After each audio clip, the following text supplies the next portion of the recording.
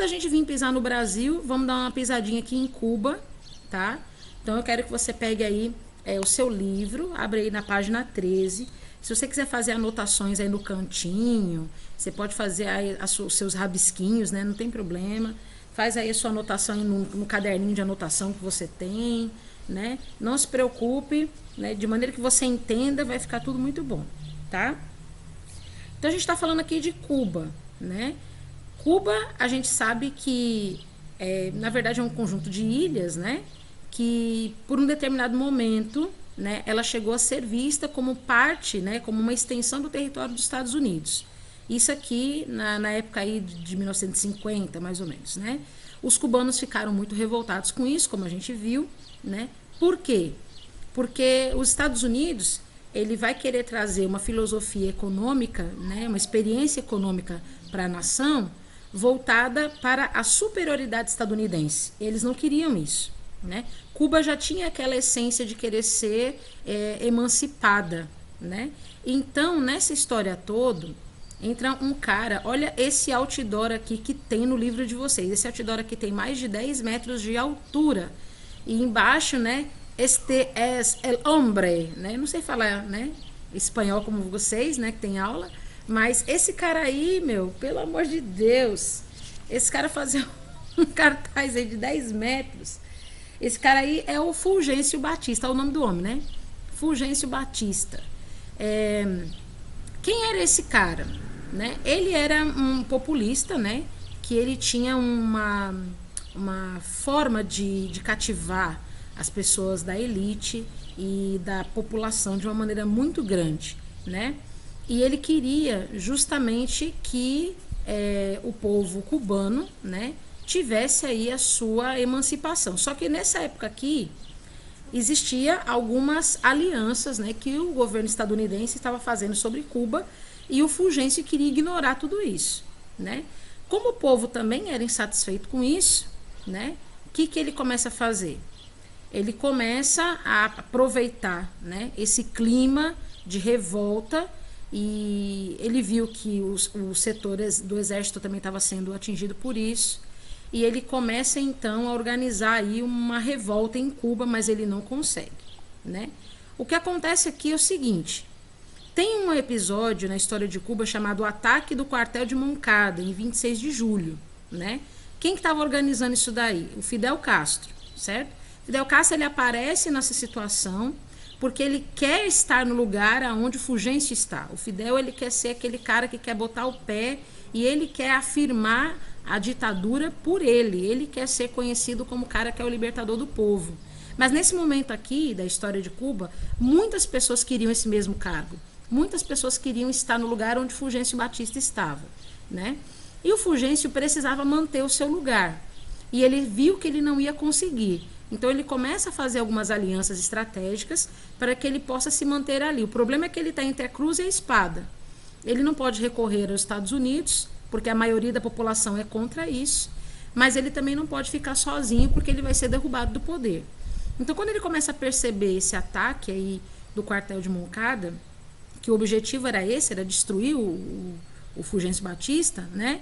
Ele começa a se preocupar. Nessa empreitada, o Fidel Castro vem junto com o irmão dele, chamado Raul, que inclusive chegou a ser presidente de Cuba durante um período, né? E em 1956, o Fidel, ele acaba retornando a Cuba, porque tanto o Fidel Castro como o Raul Castro, acabam sendo exilados no México, porque o Fulgêncio percebeu que eles dois estavam organizando uma tramóia aí para tirar ele do poder. Então ele faz o exílio acontecer, tira eles do país, manda eles para Cuba por tempo indeterminado, mas em 56 o Fidel volta, né, junto com o irmão dele, e aí eles encontram um cara mais doido ainda do que eles, chamado Che Guevara, né, Ernesto Che Guevara, que ele, assim que ele era conhecido, né, ele era médico, e aí ele se alia também a um tal de Camilo Cienfuegos, né. Aí eles começam a liderar um grupo de 81 guerrilheiros e eles vão para a Sierra Maestra. Ali em Sierra Maestra, eles começam a arquitetar um plano mirabolante, né, de ataque, né, surpresa contra o presidente, né, que eles querem conquistar primeiramente o apoio da população contra o Fulgêncio, e a partir daí eles começam a arquitetar um efeito dominó, sabe?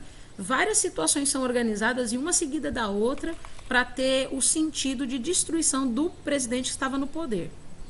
O Fulgêncio, ele tem ali dificuldade para acabar com essa guerrilha, né? Ele fica com medo de ser capturado e torturado por Fidel Castro, né? E aí ele acaba abandonando, né, a presidência, né? Ele renuncia, na verdade ele não renuncia, ele abandona mesmo, a palavra certa é abandonar, ele não chegou a renunciar. E aí o caminho fica livre, né? Já que não tem um presidente, os rebeldes vêm, apontam o Fulgêncio Batista como um desertor, como um cara que não tá nem aí pro povo, porque o cara abandonou, né? Lá na cabeça do pessoal de Cuba, o ideal era morrer lutando, né? Você tem que ficar firme até a morte. E o cara foge. Então, deu mais ênfase aí para essa questão da Revolução Cubana acontecer. Nessa imagem que vocês estão vendo aqui, ó, aqui é o Fidel Castro, aqui no meio é o Che Guevara e aqui é quem esse cara aqui mesmo? Deixa eu ver aqui. É o Camilo Cienfuegos, esse cara aqui. Eles estão marchando aqui, né, para mostrar que a união tem poder, né, que é a união que faz a força. E então eles acabam tomando o poder, né, e se tornam aí os líderes de Cuba. Aí em 59 eles aprovam, né, aí a reforma agrária. Isso faz com que os donos de territórios, né, os donos de terrenos latifundiários, né, perdessem grandes espaços, né, que para eles eram considerados improdutivos, né? E em 1960 as empresas e os bancos dos Estados Unidos, né, acabam sendo nacionalizados, ou seja, tudo que era particular, tudo que era de propriedade privada no território passa a ser parte do Estado, passa a ser estatizado. O que é isso? É a função do socialismo. O socialismo não permite que ninguém tenha nenhuma empresa, nenhum imóvel, nada particular. Tudo pertence ao Estado. Então eles começam a estatizar tudo. E, Patrícia, Diga. posso tirar assim, uma pergunta que eu vou fazer para a senhora. Diga. Você é capitalista ou socialista? Eu sou capitalista demais, meu filho. Eu já aprendi a ser capitalista.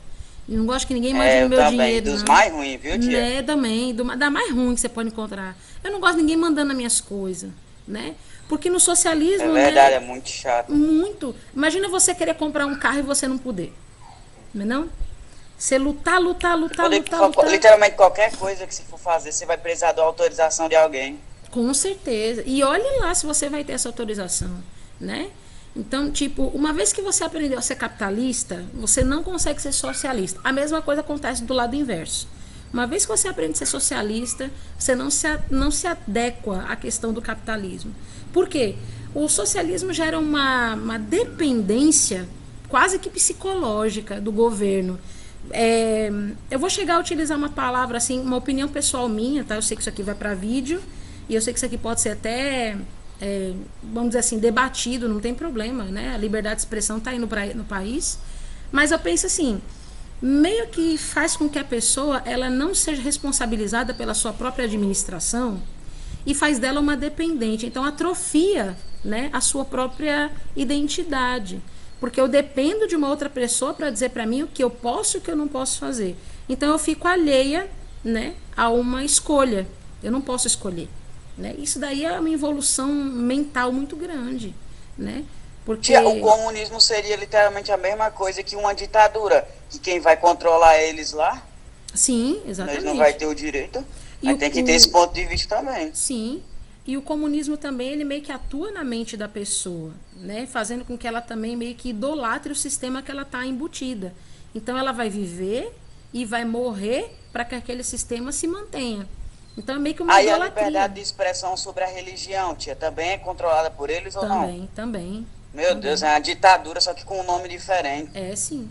Porque não é, assim, dependendo de quem é que está no poder, determinadas religiões não são permitidas, né? Então eles dependem, eles comandam tudo, é uma alienação muito grande.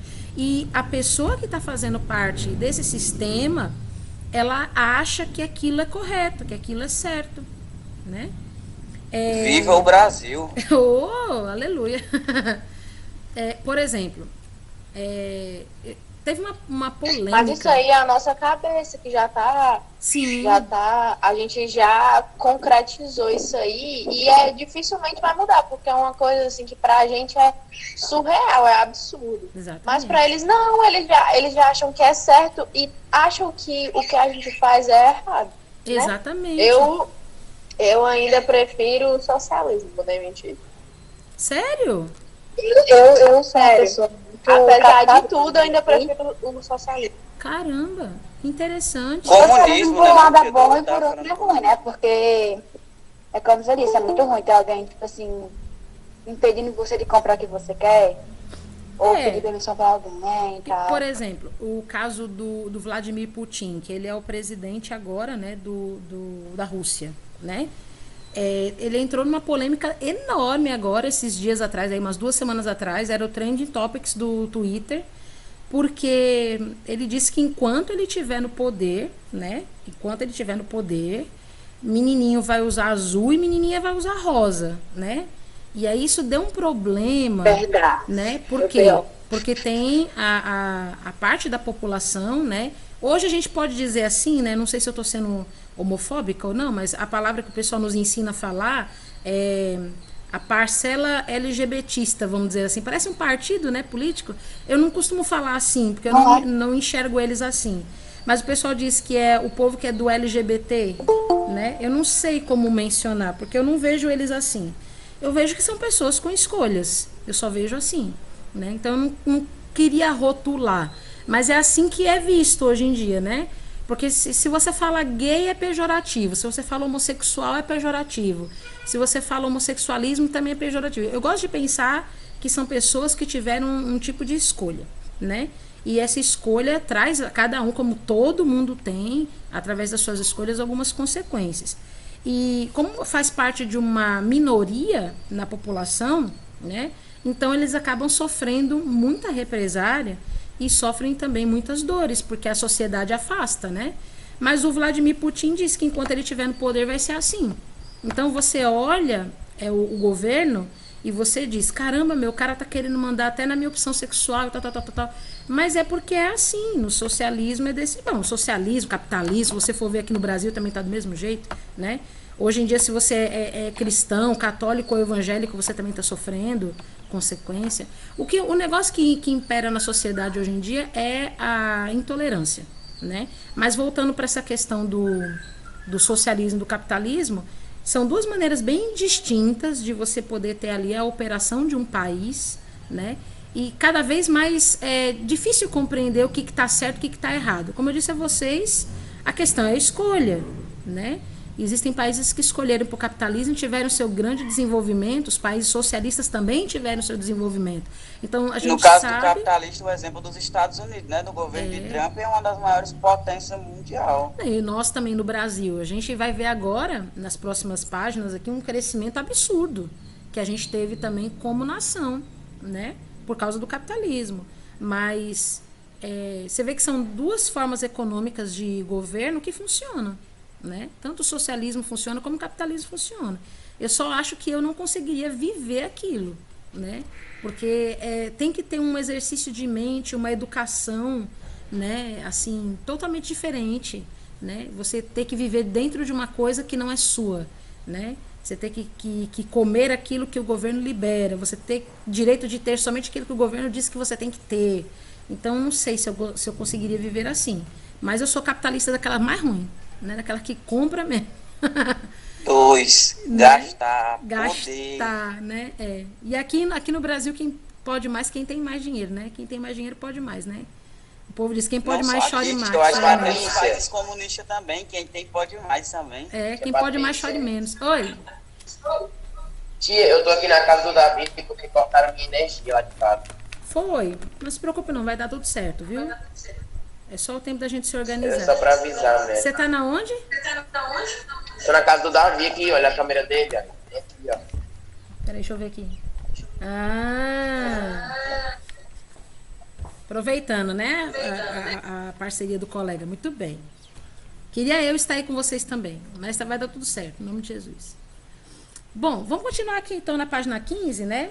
Então, a gente vê aqui, ó, nessa imagem, que está dizendo que hoje em dia a maioria dos carros que circulam aqui por Cuba são carros antigos, né, da época de 1950, 1960, né? Isso porque aconteceu o quê? Um embargo econômico dos Estados Unidos, né? E aí não conseguiu se atualizar aqui a frota, né, de veículos. O que é esse embargo econômico, né? A gente vai ver isso aqui agora. Ó, aqui na página 15, está falando que a partir de 61 ocorreu uma tentativa de ir contra a Revolução, certo? Que foi assim apoiada, né, militarmente aí pelos Estados Unidos. A invasão foi chamada aí como a invasão da Baía dos Porcos, né? E não foi bem sucedida, né? Então, os Estados Unidos fizeram o quê? Como não conseguiram fazer com que essa invasão fosse concretizada, eles determinaram um bloqueio econômico, né?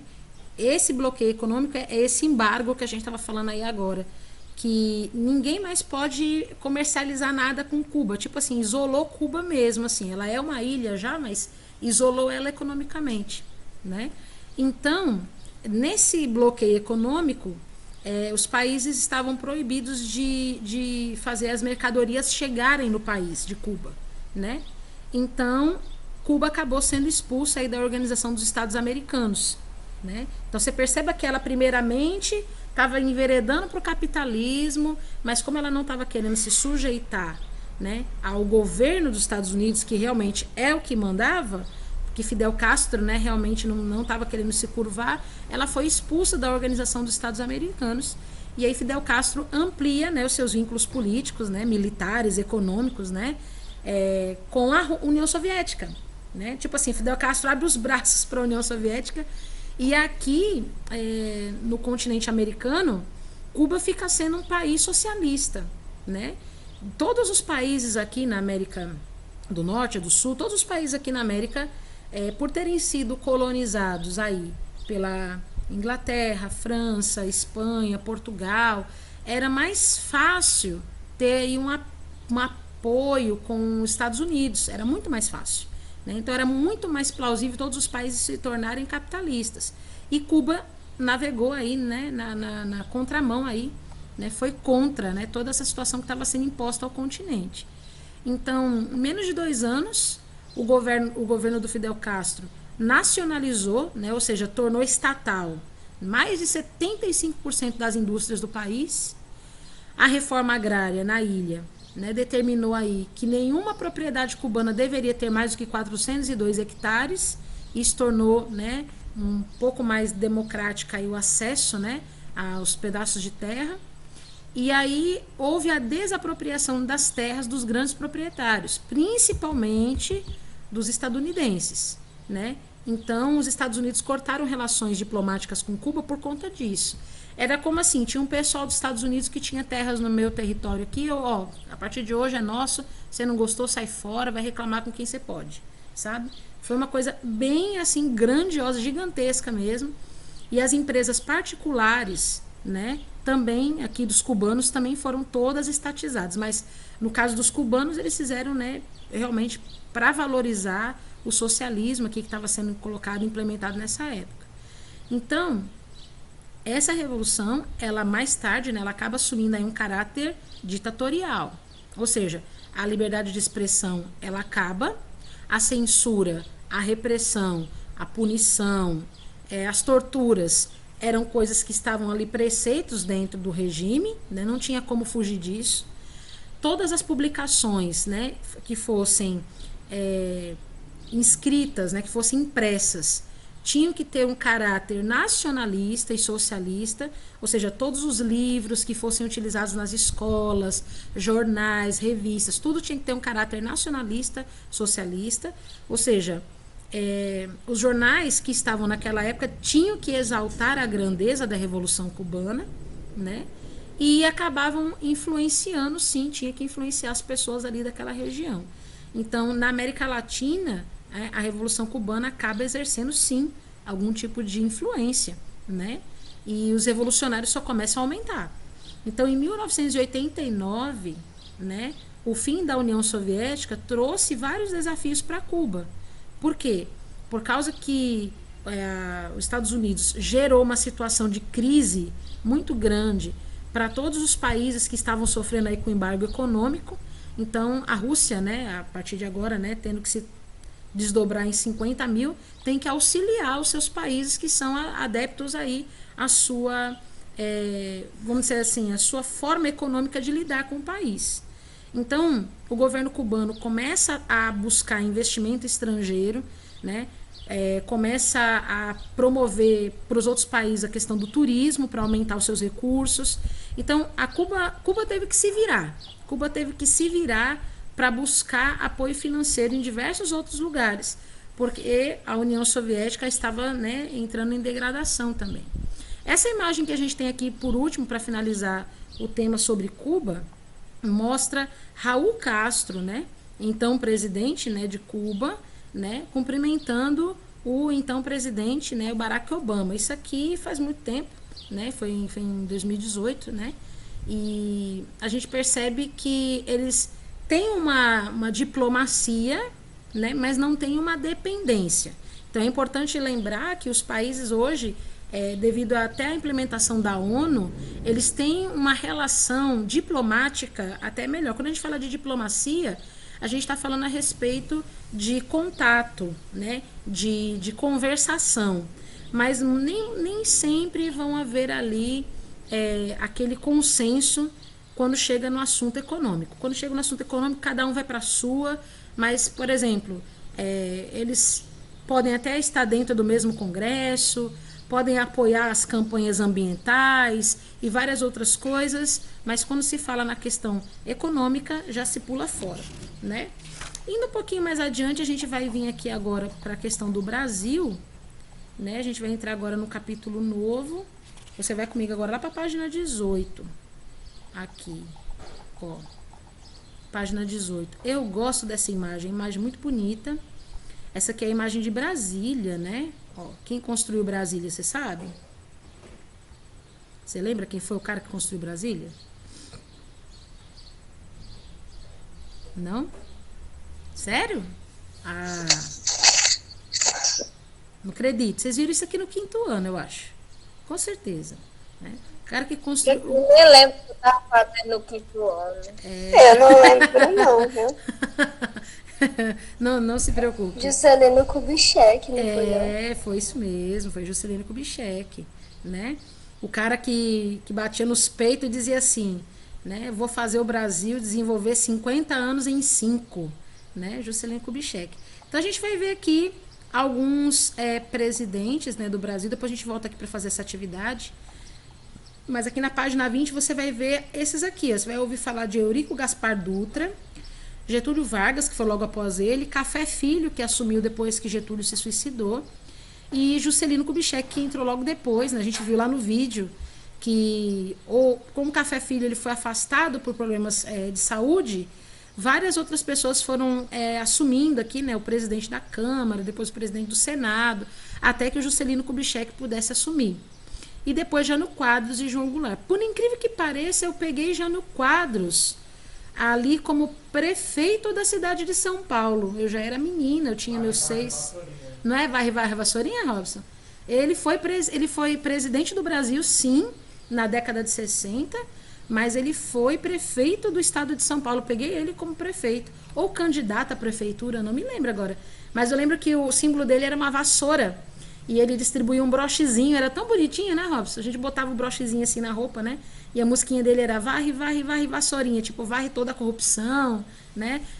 Naquela época eles colocavam os candidatos, né, a presidente como se fossem verdadeiros homens de ferro, né? Assim, os Capitões Américas da época, né? Eram os super-heróis. Aí tinha musiquinha, tinha jingle, tinha símbolo. Era um barato. Bom, a gente está falando sobre a questão da era do populismo, né? A gente já sabe a era do populismo, o que teve. O Juscelino Kubitschek, para mim, é meu populista favorito, né? Depois do Getúlio Vargas, porque, sem dúvida nenhuma, fez um efeito mirabolante na nação, né? Não tem para onde correr. E aí, na sua página 20, o que a gente consegue ver? Que no Brasil, após a era Vargas, em 1945, e a deposição do João Goulart, né, depois do golpe militar, a gente tem aí o fim do populismo também, né? E o populismo abençoado, né, para não dizer outra coisa, traz aí a visão dos deuses da política, né, dos quais esses que vocês estão vendo aqui se enquadram, né? Para ir mais adiante, a gente vai ver aqui a questão do alinhamento com os Estados Unidos. Vocês sabem que no contexto da Guerra Fria a gente tem a bipolaridade no mundo, ou você é capitalista ou você é socialista. Então, o Brasil, é lógico, né, e como não poderia ser diferente, quase toda a América Latina, claro, com exceção de Cuba, entram aí nessa disputa aí, né, são pressionados, né, a aderir a um dos lados. E parece campanha política, porque a União Soviética puxava para um lado e os Estados Unidos puxava para o outro.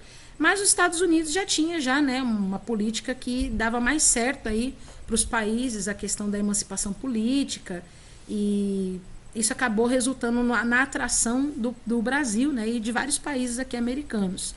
Então, como os Estados Unidos teve a sua independência, né, sua emancipação política em 1776, e vários países latino-americanos foram influenciados por isso, né, porque depois que os Estados Unidos conseguiu a sua independência, aqui na América começou a se desencadear vários processos também de emancipação política, né? Os países que foram dominados pela Espanha foram os primeiros, e nós tardiamente, como sempre, né, dominados por Portugal, fomos os últimos, né? Então, além de vários acordos militares, o que aconteceu aqui? Foram firmados vários pactos de comércio, você vê, tudo voltado para o comércio, né?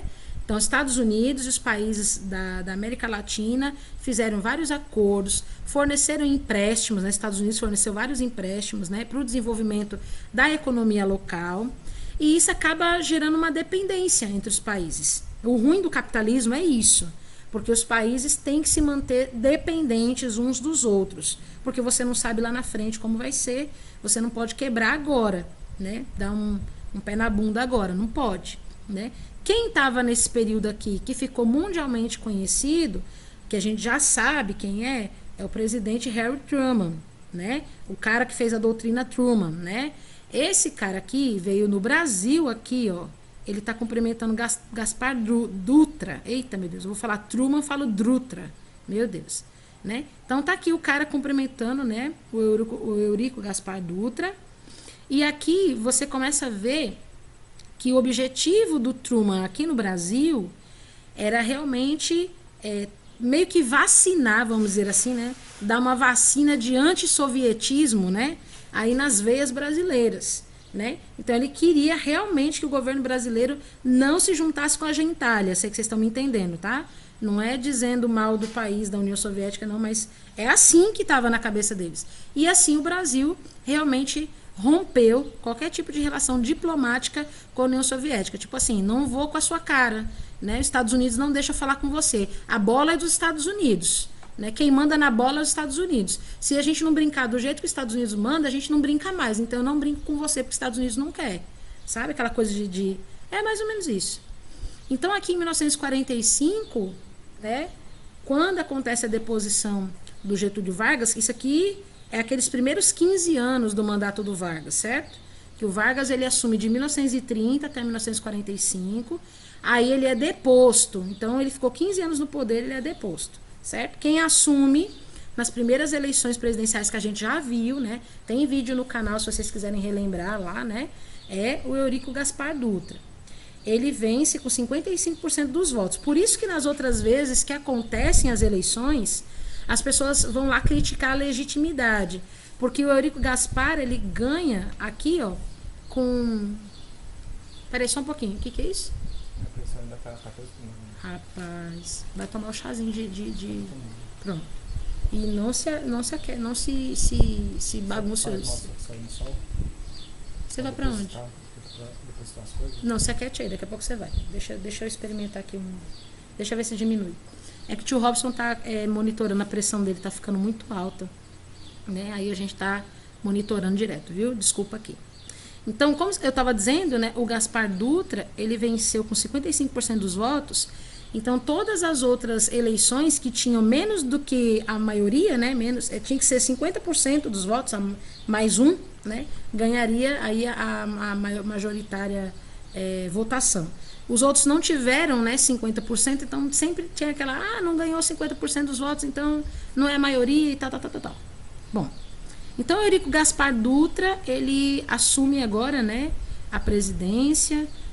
Temos ali os deputados federais, senadores, a Assembleia Nacional Constituinte começa a ser organizada, eles elaboram uma nova Constituição no Brasil, e as principais características da Constituição é o seguinte: eles vão estabelecer o pluripartidarismo, né? Que é isso? São vários partidos políticos formando uma coligação. Quando você assiste propaganda política, né, tá lá, coligação Viva São Paulo, né? Coligação Viva o Universo, coligação o Brasil anda para frente. Aí mostra todos os né, partidos coligados, né, juntos, né, trabalhando juntos.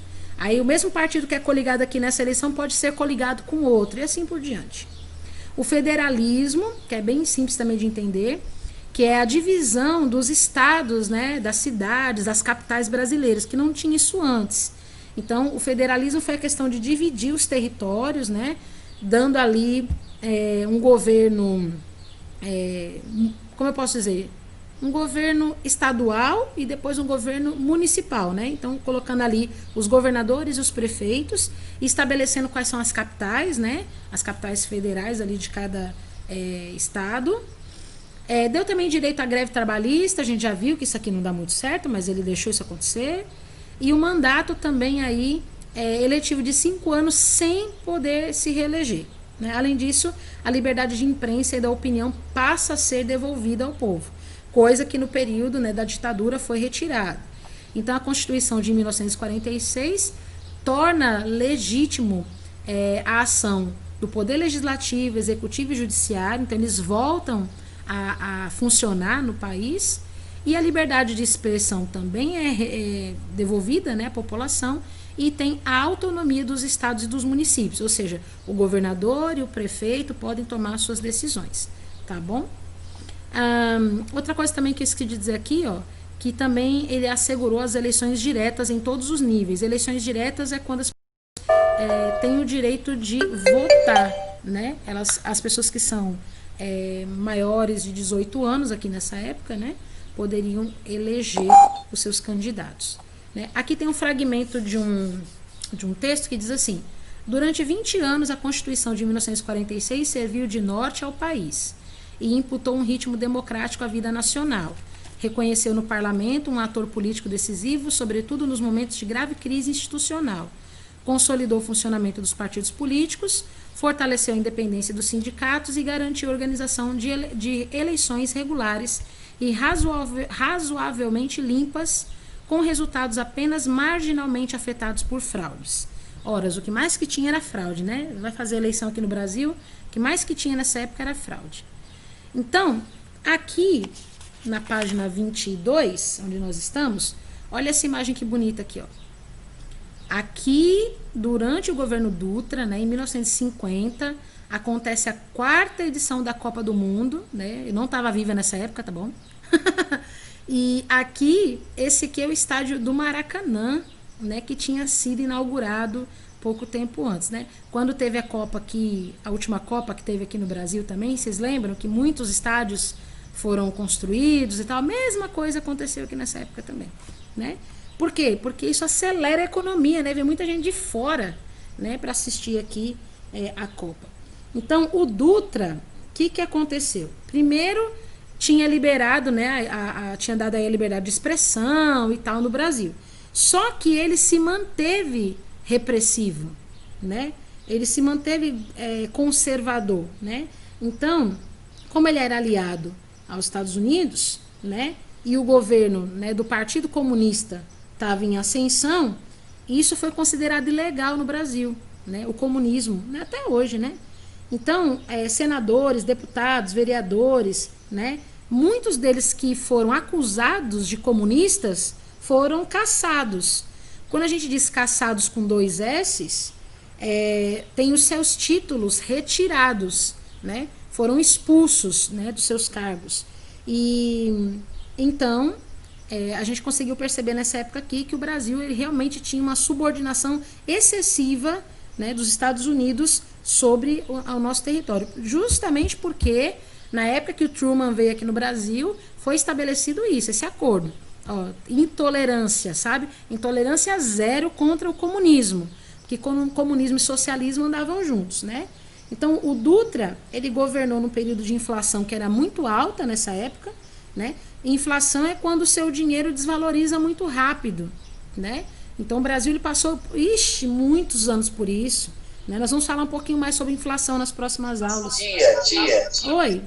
Qual é a diferença para o capitalismo e o socialismo? É o poder aquisitivo, basicamente, né? Porque no capitalismo, você quem decide... Não, tia, ele falou errado. É Ah. socialismo e comunismo. Ah, tá. Entendi. Bom, no comunismo, né, não se tem uma pessoa no governo, né? O povo é que administra tudo, por isso que é comum, comunismo, é o povo, né, que administra tudo. No socialismo, ainda tem um governo, né, que executa as ações, as medidas, as leis e estabelece aquela questão de igualdade entre todos que fazem parte daquele país. Então, no socialismo tem o governo, né? Tem uma parte que toma conta da administração econômica, política e assim por diante. E no comunismo, não. O poder é dado ao povo, né? O povo pelo povo. Mas é impossível ter um comunismo sem ter alguém na frente, como vocês mesmos podem ver, né? Sempre vai ter um líder, né? Sempre vai ter um líder. Mas não vai ser considerado um governo oficial. Mas sempre vai ter. Então, essa que é a diferença básica, né? Então, aqui no Brasil, por que era considerado, vamos dizer assim, crime político o comunismo? Porque o comunismo ele é contra o governo, certo? O socialismo não é contra o governo, porque no socialismo tem governo. Mas no comunismo, ele é contra o governo. Ele prega, ele luta pelo poder ficar totalmente nas mãos do povo. Então, o comunismo ele era considerado uma ameaça ao poder público naquela época. Por isso que ele foi considerado uma situação de cassação, de ser retirado dos cargos públicos, certo? Deu para vocês entenderem mais ou menos? Não? Não? Deu, né?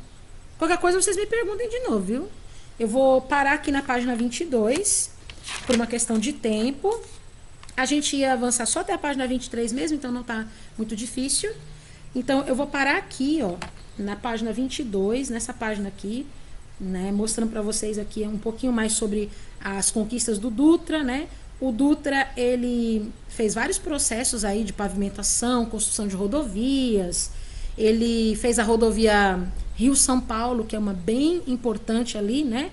Por isso que chama rodovia Dutra, né? A rodovia Dutra, o nome dele foi colocado lá em homenagem a ele. Ela faz, né, a ligação ali do estado de São Paulo com o Rio de Janeiro. Ele instalou também ali a Companhia Hidrelétrica do Rio São Francisco. E ele inventou um tal de um plano chamado Plano Plano SALT, né? É uma sigla, né? É S de saúde, AL de alimentação, T de transporte e E de energia, né? Então, esse plano nunca deu certo, nunca saiu do papel. Foi uma coisa assim que ele colocou para que a população acreditasse na sua administração como presidente, mas não foi bem sucedido, né? Então, aqui, nessa imagem que vocês estão vendo aqui, mostra aí a construção de estádios monumentais, né? Aqui no Brasil, na época da Copa do Mundo de 50. E ele também fez uma ação que foi considerada por muitos muito legal, né? Que foi o fechamento dos cassinos, né?